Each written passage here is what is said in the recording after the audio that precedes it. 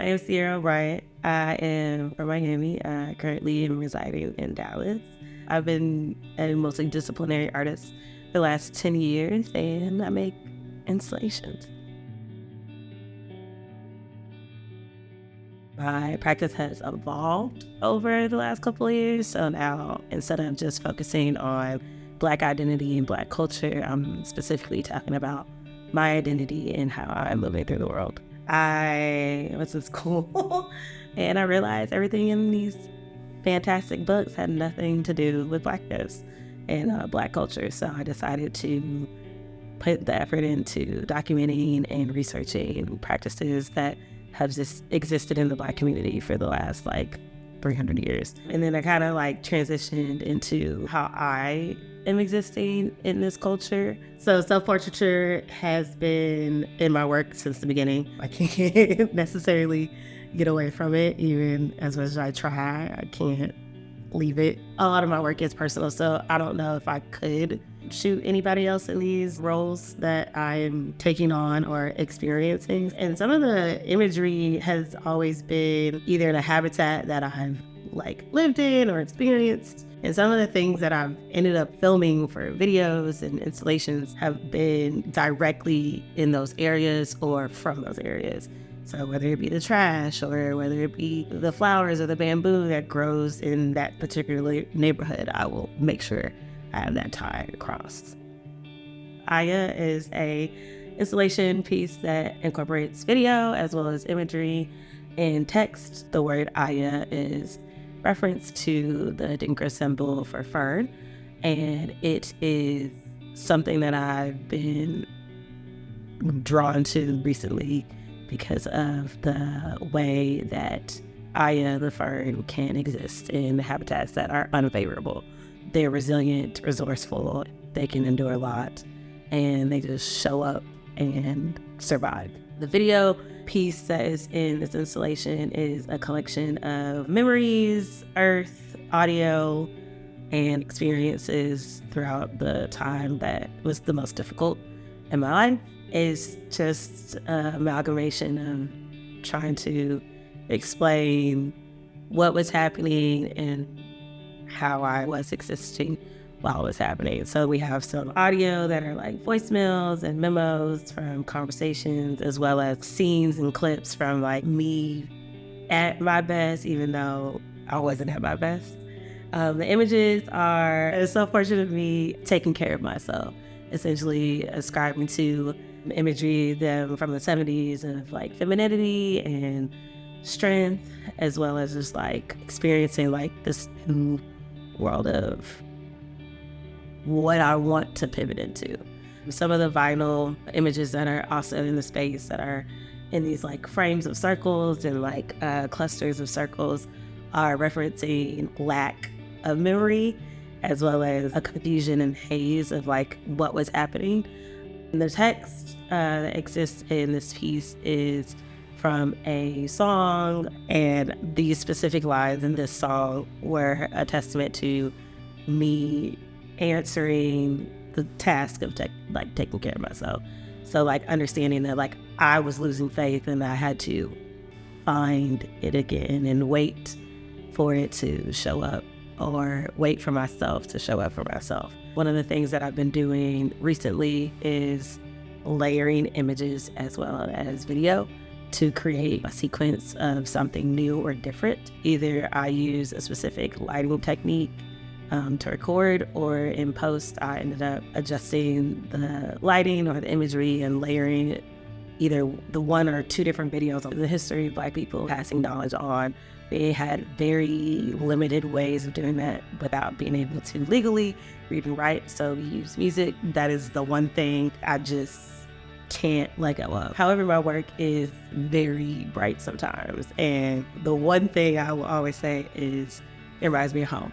So Miami, if you've ever been in Miami, lived in Miami, experienced Miami, everything is bright and colorful and reference to Caribbean culture and African culture. These images are related to understanding what nurturing myself could look like and taking care of myself, and referencing images of softness and femininity from the 70s, 80s, and kind of leaning into what that felt like for me to take those things and like take care of myself with them.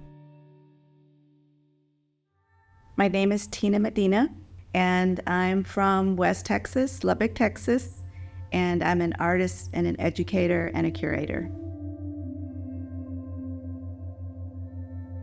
I use mostly ephemeral materials. I love fabric. I love fibers. Also materials that mean something, that are symbolic. Those types of things are interesting to me, I think, because growing up, we didn't have much money in my family. And so we had to make use of whatever we had. And there's a term, it's called rascuache. And rascuache is basically what it means, like you're just using what you have to get by. We grew up knowing that we were Mexican, but I never really understood what Mexican was, only like the negative connotations. We weren't really Mexican either. We were basically Americans, but our ancestors were from Mexico. We didn't have those connections. We didn't grow up with the culture. Our families started to assimilate quite early on. My parents even made the decision for us to speak only English.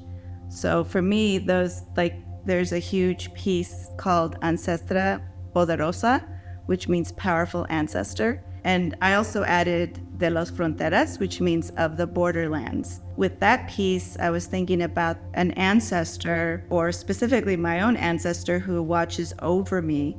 But there may be an ancestor in my mind that watches over all the people who cross the borders. The smaller corn husk piece is a more personal piece, and it is specifically about my dad and his contributions to the United States. It does have a photograph of my dad like in the 1950s.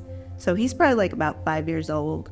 And people always ask me, so is that like your dad's farm or your grandfather's farm? And no, it's not their farm. They never owned a farm.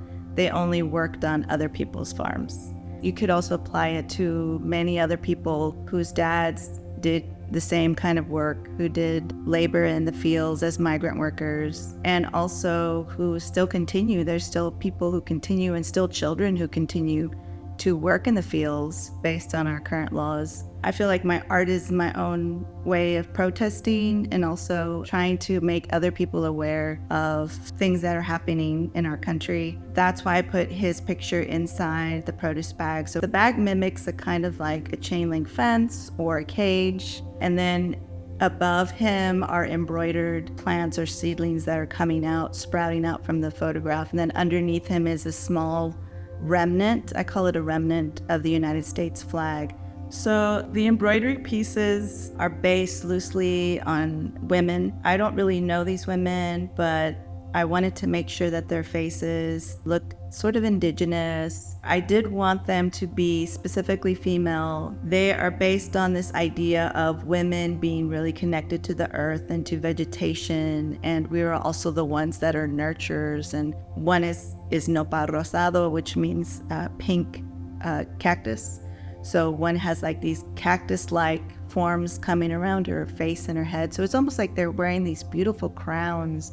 They're being enveloped by nature, and it's like a part of them. And then the other one is Flores de las Flores, which is she's flowers all around, like she's wearing a crown on her head. The piece behind me is an homage to my grandparents. Both sets of my grandparents are featured in this piece, where I created a kind of net structure out of paper, and it is taken from an actual book. I got a book that's called The Huddled Masses, and it's about immigration in the United States. I cut this book up into different strips, and then I constructed a net that kind of was like a chain link fence, but it also looks like a net, like a fishing net. You can still read some of the text, some of the words, and you can get an understanding of what the book was about. The net is behind these images or close to these images of families from the farm, and it's kind of like American Gothic in a way, but it's still a bit more truthful in terms of who the people were who actually worked on the farms. And then the idea of families who get torn apart, or in my mind specifically too, because my mom's family, the father left and never came back. So he's in this piece. He's the one that's in the back and he's kind of covered up. My mom's family's kind of covered up. And these are all kind of like the stressors of being a family of color, is like you go through so much hardship, and then sometimes these families don't stay together. And it creates a trauma that continues across generations and gets handed down. My name is Enrique Nevárez. I am a painter and I am from Dallas, Texas. So it's called the Pink Triptych. The centerpiece one is called Estás Aquí, You're Here. The many faces of Quetzalcoatl, which is the one with the 3 figures. And then the legend of the Champusin flower, which is a marigold flower. Those are the 3 names. The centerpiece, I collaged it because I'm a collage person. So I added 3 songs into, the whole thing is 3 songs together and different quotes from the songs that I thought talked about my feelings and how I was loved. I grew up with a lot of machismo in a way that it just was inevitably like you could not avoid within a lot of Chicano or Mexicano culture. And so a lot of social gatherings, I didn't really have a corner to go to. But with the women in my family, they sort of just represented a lot of my strength. They gave me strength a lot of the time to be involved and to be in community. They'd be like, come help in the kitchen and just, chop some onions with me. And instead of me feeling awkward or feeling misplaced, they adapted a lot of the time for me. And so I hope that in my practice, I can adapt for them. I have a lot of construction workers in the family. I have a lot of people that do a lot of different things. The silicone, the molding paste. I know the silicone, a lot of my uncles are like, is that silicone? I use that at home. And I'm like, yeah, it's a construction material. And so I want to make sure that they're identifying with the materials as well, so that they don't get so intimidated by a certain esque of what the gallery world is. I would love to make sure that I use materials that they recognize, iconic poses, and stuff that makes them feel like they can be here. This triptych is like my first time getting really back into pink and being all unapologetic about it, especially since it deals with my identity, trying to bring together 2 worlds of religion and queerness and trying to make a marriage with that. I grew up a lot in my aunt's house, my Aunt Cindy's house. I didn't really have great access or good times at church. And so whenever that started being a hindrance for my education, my great-grandma and my grandmother, they said, no worries. We got stuff at home and I can tell you about the stories at home. So this is a curated altar that is with my great-grandma and my grandmother's passing along a lot of information through me, through folklore and statues that we'd see. That space was a safe space for me. We would always have a rug for prayer that would be functional, but it'd also be a play time for us too. We would play board games. I grew up on that rug a lot, and I wanted to pay homage to sort of that education that I had at home. Also, I wanted to bring toys and stuff into play because I have the toy blocks, which kind of represent this deconstruction of what I've been taught. The folklore legend is about 2 lovers. They love each other so much, them being inseparable, it wasn't gonna happen. The male dies in battle, so the girl went to the sun god, pleading for them to get back. How can I be together back with my beloved? And the sun god transformed her into marigolds. I kind of wanted to mix that with La Pieta, which, both of them are in this life and death sort of narrative, and merge them in a certain way.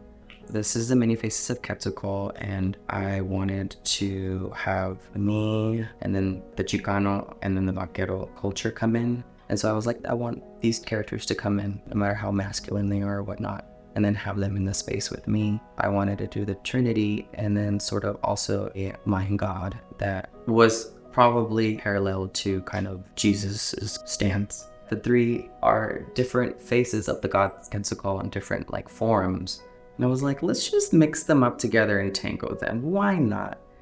A lot of those statues and stuff, you don't usually see yourself represented as a queer person in any kind of thing.